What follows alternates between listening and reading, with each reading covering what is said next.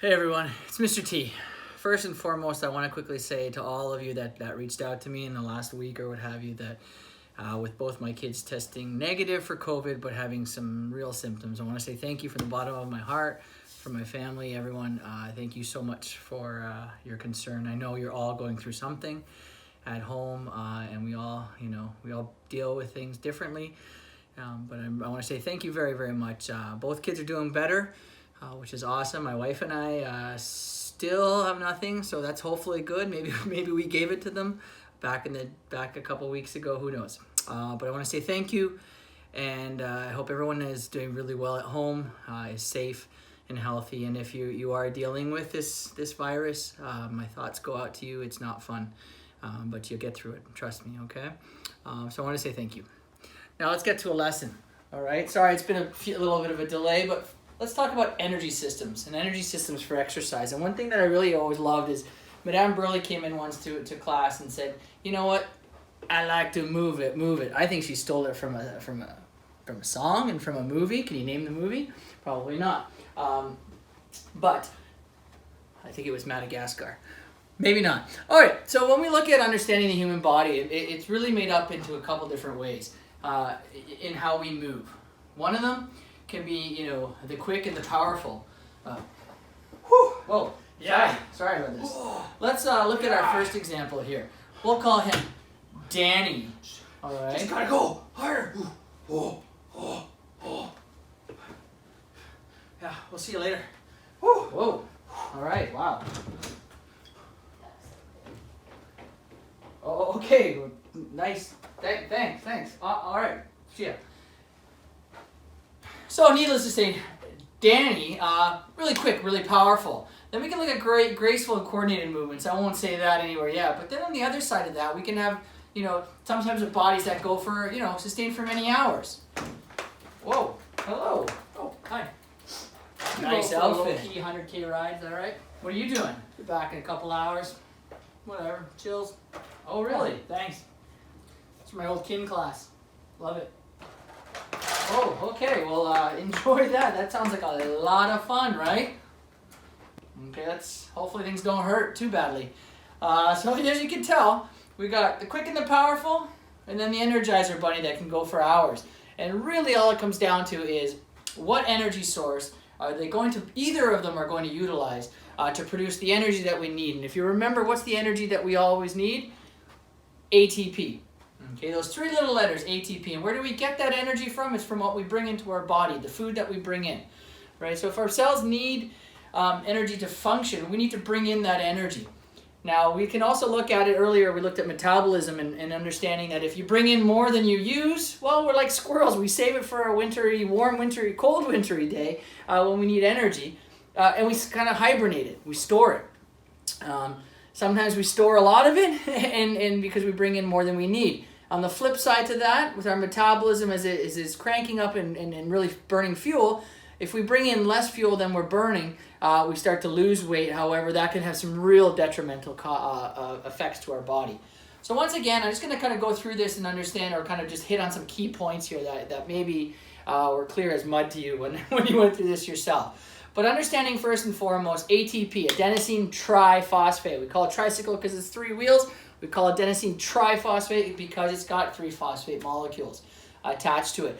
When we look at that little taka and those myosin cross bridges pulling on the actin and the myosin filaments as they slide together, okay, it's that ATP molecule that comes in and replenishes that cocking back of the myosin head, so it can rebound and repull onto an actin binding site, and it continues to do that. Okay, so it's that ATP that we bring in there. How do we get our ATP? Well, really it comes into three major areas: carbs, fats, and proteins.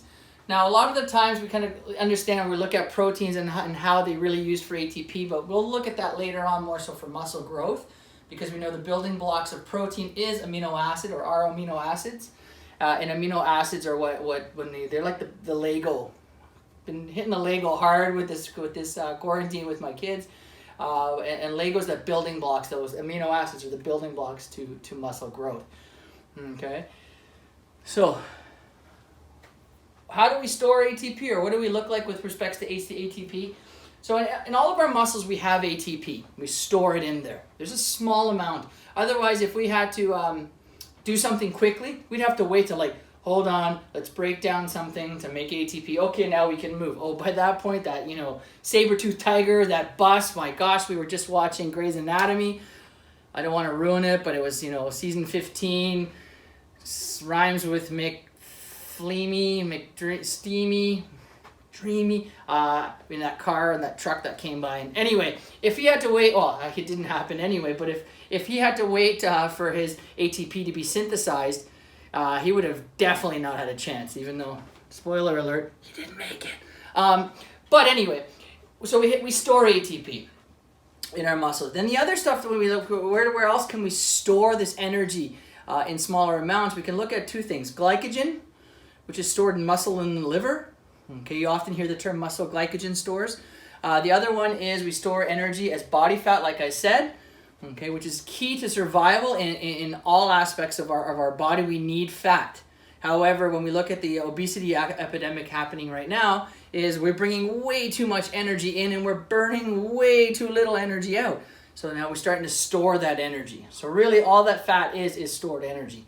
And the last one, although like I said earlier, amino acids, we look at it for growth, repair, and if we don't need it, we get rid of it. Okay, when we look at when we look at steroids and things like that later on, we'll talk about some other issues with amino acids.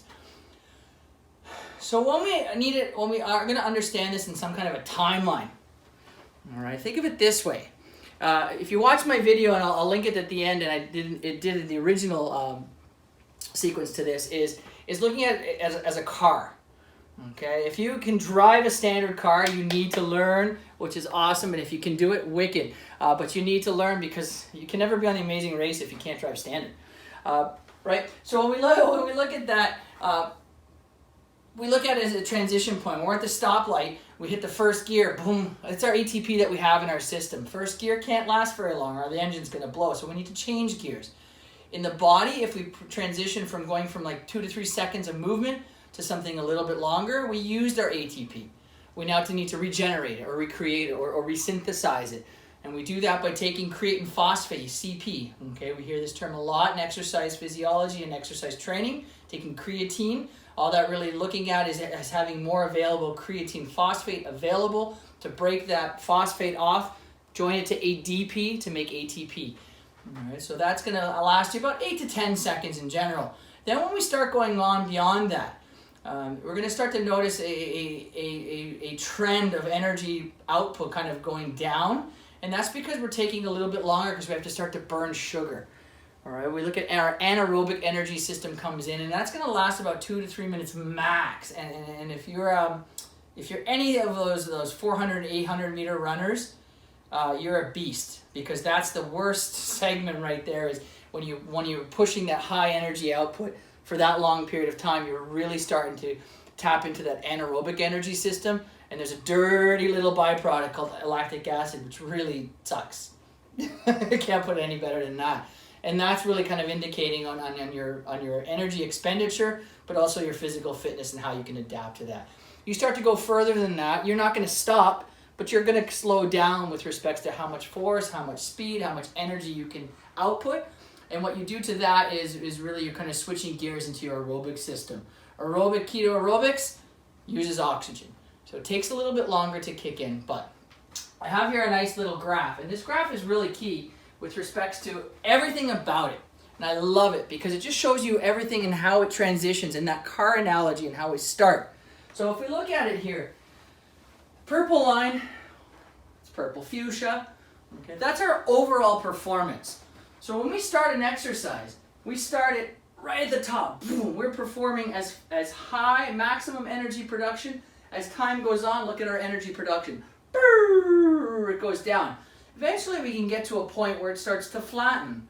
I hate to use the term flatten the curve, but we're using it right now here, but we're obviously talking about it when we look at the pandemic of the COVID-19. But here our curve, our descent drops, and we start to have this. I asked you a question on that 30-second Wingate test, and a couple of you got it, but the question was, what would we call that rate of descent or rate of speed dropping off from the 0 to 30-second range in a Wingate test? And if we looked at that from an exercise standpoint, some of you went into negative acceleration, the slope, all this, which is great. It is right. But in casual layman's terms, what did we really witness in those 30-second bike tests as there was a change from the speed from 0 seconds to 30 seconds, and that's fatigue. Fatigue kicked in hard. And if you ever get the chance next year or whenever to do a 30-second Wingate test, please do it. You'll hate it, but it's a learning experience to see what your body can do. It's a long 30 seconds. So when we look at this curve again, going back to it, here's our overall performance. Now, again, looking at those energy systems on this graph is really kind of neat. The yellow line right here lasts about just over 2 seconds. That's the stored ATP that we have in our body. We have that. It's all over. We're always recreating it. Then if we're going to continue time-wise and have a demand for energy, all of a sudden we'll tap into our creatine phosphate. We have that again stored in our system, in our muscles. We just kind of look for it, boom, use it, harness it. And that's going to eventually tap out and start to diminish on our performance or energy production. And look at our performance, it's starting to go down.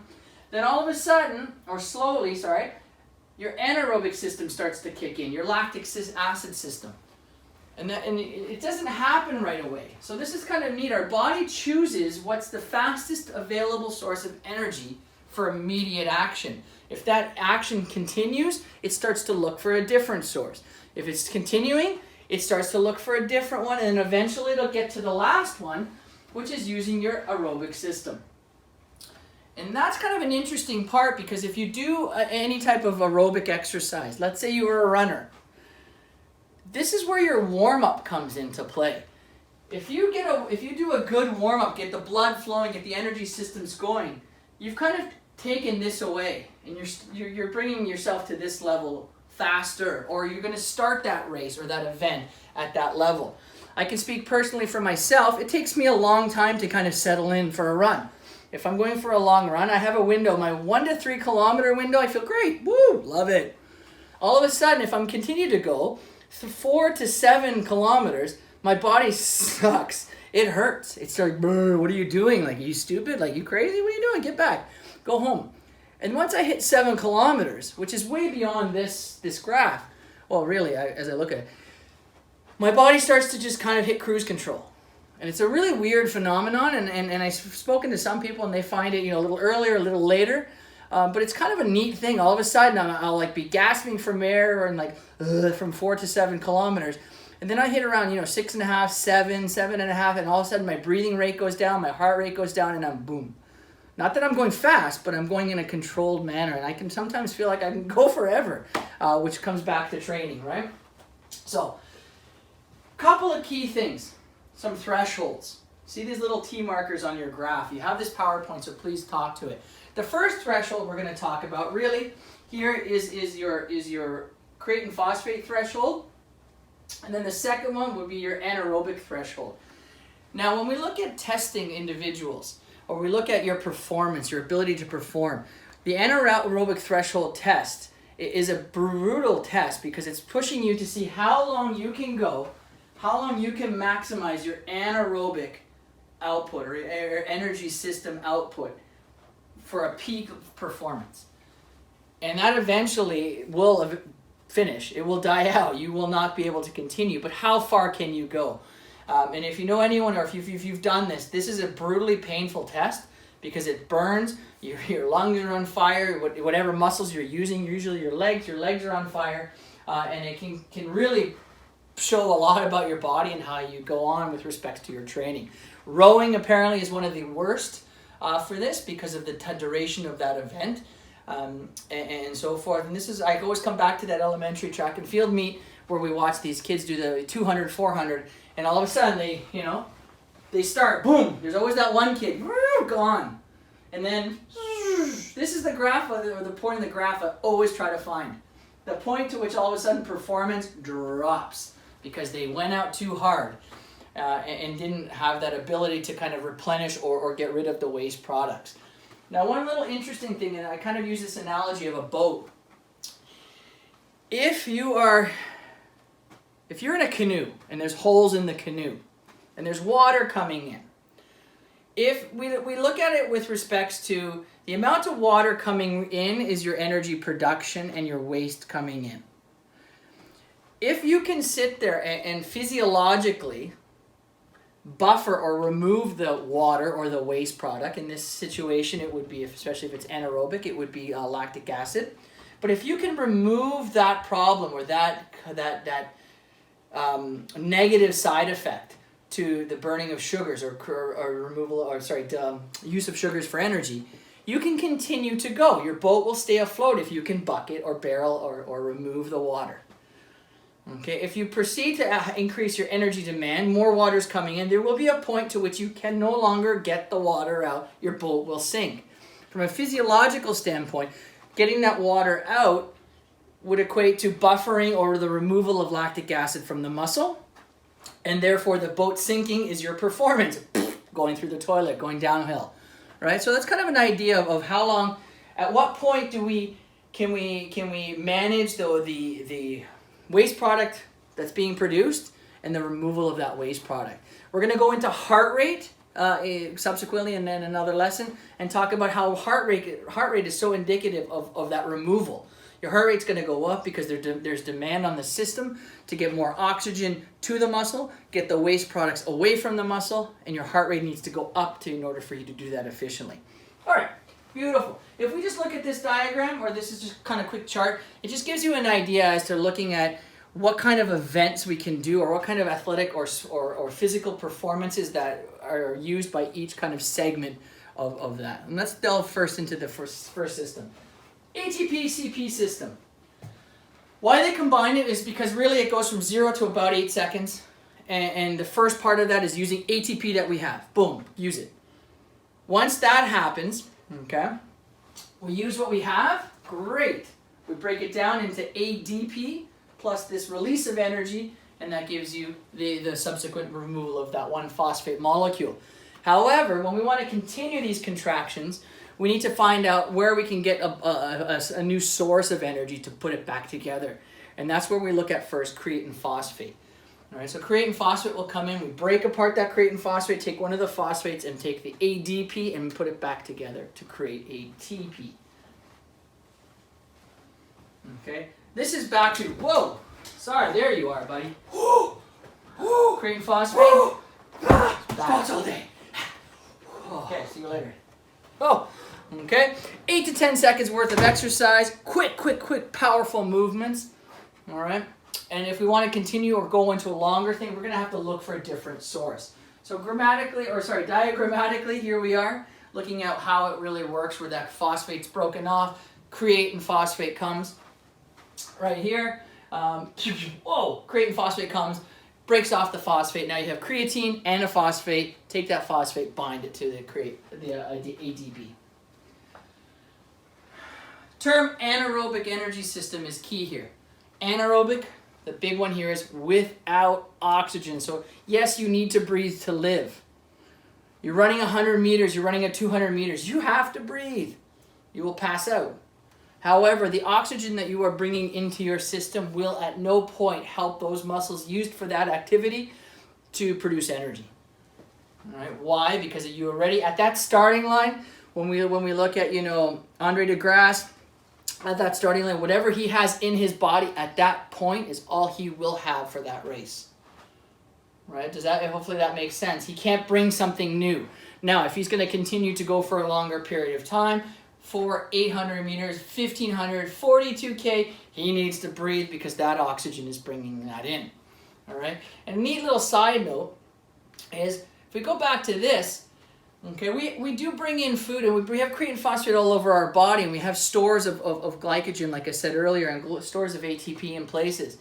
This is why, if you look at it in a race scenario or your situation, to which you're doing a long distance. Okay, I've had this before in a marathon, where I really wanted to beat a time, and I came really close, after 42K, and all of a sudden, I see the finish line, and I thought I was exhausted. I see that finish line, and all of a sudden, boom, boom, drop gear, and you sprint. It was like, where did this come from? All right, my aerobic system was taxed. I was done. However, because during the time I refueled with endurance tap, but with some electrolyte products and some really good things, that my creatine phosphate stores and my ATP stores relative to my muscle glycogen were refilling themselves or were rejuvenating. So all of a sudden I see that finish line. I had this energy that I didn't have. It doesn't last long. So if you time it wrong, it's quite embarrassing because you're like, finish line, woo, finish line, and then you don't make it. Much like the crawl of those two triathletes from the Ironman in Kona. That video I showed you gets me every time because they were tapped out. Nothing was going to come back in. They may not have brought enough in during the race to kind of help them out there. So our anaerobic system uses glycogen. Glycogen is a sugar. Okay, it's stored. It's going to last 2 to 3 minutes. However, when during that breakdown in that process, and I'm not going to go into it for my SAMG people, for my bio people, you've got that whole citric acid cycle, lactic acid cycle, all the NADH, FADH2s, all of these things. That's another time, another place. Enjoy it. But we're not going to talk about it. We're going to talk more so about just really byproduct, lactic acid. Okay. Some people used to think that's why we got tired, and now new science has come out, new research has been done on lactic acid itself does not cause fatigue. It brings in that sensation of fatigue and that burning sensation we sometimes relate to fatigue, but it is not the actual byproduct to kind of put the brakes on the energy production. It's just a waste product. Okay. Lactic acid, it comes from the breakdown of sugars. And if you ever have taken the old bag or carton of milk and went for a smell and be like, woo, that is bad. What goes bad or what gets broken down in milk over time is lactic acid. So that acid causes that fermentation process. Okay. So if we look at it, we're going to break down here. If you just broke down sugar, we get about 2 ATP and 2 molecules of lactic acid. However, through the stored, when we look at the breakdown of glycogen, the bigger product, we're looking at a product of about 3 ATP for 2 lactic acids. Okay, so we're starting to get up there. Now all of a sudden, you bring in oxygen into the fray. You're starting to up. Look at that. You're starting to up your ATP production. So this is kind of where we're understanding with our amount of ATP production is predominantly decided upon by what fuel and what is the environment to that. Okay.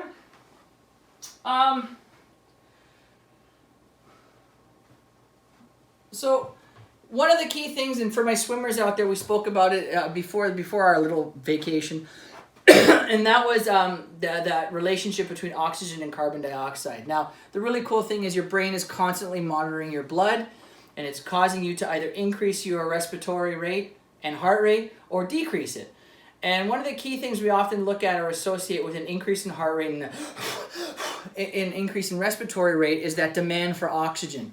My swimmers know better than that because they realize that it's actually the concentration of carbon dioxide in the blood that has a greater or faster effect on increasing heart rate and breathing rate. So making sure you blow out and get rid of the carbon dioxide allows you to inhale or bring in more oxygen and utilize that oxygen system, okay? When we look at the aerobic system, for instance, these are large, powerful muscle groups, yes, but not as powerful as Danny, okay? But when we look at, oh, hey, whew, it's you again. Oh, you guys are still here. Yep. Bike ride was Okay. awesome, man. 100K. Good ride? Gonna go off for a little run. 21. Going for a run? Half marathon. Take it easy. All right, see ya. Stay in school. Okay? When we look at understanding being able to go through oxygen or using oxygen for a prolonged period of time, we start to look at beyond your systems, and now we're starting to get to these beautiful words. Fatty acid oxidation, aerobic glycolysis, and all kinds of other things. It's a long system. I'm not going to go into it, okay? But for when we look at photosynthesis back in your grade 9, 10 science, the opposite to photosynthesis was metabolism. If we bring in oxygen and carbohydrates, we're going to give off easily carbon dioxide and water. Those are your byproducts. Then the one we want to have from all that is obviously ATP. So we use the water, we excrete the water, we sweat the water, we bring in an oxygen, and we remove carbon dioxide from our lungs. That's key to the whole system. All right, carbohydrates are used in anaerobically. Carbohydrates are predominant. However, here in the aerobic system, we're going to use our carbs first. Then we're going to get into more of a fat burning zone and use that because fat like you looked at that metabolism, fat gives you the biggest bang for the buck with respect to how many kilojoules per calorie. I believe it was 4.9 or 9. I blank on that one. But there's more. We get more energy from fat than we do from carbs and proteins. Okay, that's huge. And if you really think about it, to the human brain, what tastes best? It's fat.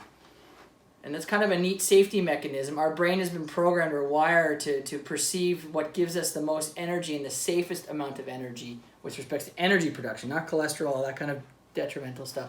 But when we look at it from that standpoint, our brain perceives the greatest source of energy per gram or per molecule from fat than it does from carbohydrates. So that's why we perceive that from a good side. Okay? So each role obviously plays a huge role in production. Okay, when you really think about it, it all comes back to demand. And each type of activity, okay, if you think about the activities you enjoy, you excel at, and sometimes the ones you excel at aren't the ones you enjoy because they're painful or you don't like them very much, you start to understand or you start to fit into this kind of idea. Okay, we looked at muscle fiber typing or understanding the difference between type 1, type 2A, type 2B. If you start to understand what category or what kind of activities you participate in, they may coincide kind of nicely with those that you enjoy because maybe they're easier or you enjoy them more, but they also may coincide with what you're built for. Like I said earlier, I really wish we could somehow scan the body and say, you will be better at this. Doesn't say you should only do that, but say maybe it says you'll excel at this. And it kind of makes you understand better as to what the physiology of the muscles you'll use for that activity are best suited for, which is kind of neat, right? If you think about it, like if you knew your legs were type 1, they were aerobic machines, you maybe be like, hey, I should stick to, long distance cross country skiing or cycling or something, and maybe not those short powerful events like gymnastic tumbling or quick accelerated movements like the 100-meter. You may never be the fastest person, but maybe you're the person that never stops, right? Or subsequently on the other side, like you're built for speed, for power. You're this person, not that person. Okay, and how would you prefer to know that and be able to participate in those activities, which is kind of more of a moral question. Would you want to know? Would knowing be better for you, or will it take away from the things that you enjoy more but you may not be as good at? Okay, so it's something to think about. Energy systems, how their role is in how we are allowed to participate through the process of energy production. It really kind of has a key to kind of getting to where we need to be. All right. So like I said, that's a little time out with T. Check out my other video here on that is the car analogy. And other than that, make sure you subscribe and take it easy. Thanks again for all of you that reached out. I appreciate it. My family says thank you. Seymour says thank you. And we'll talk to you soon. Woo! T out.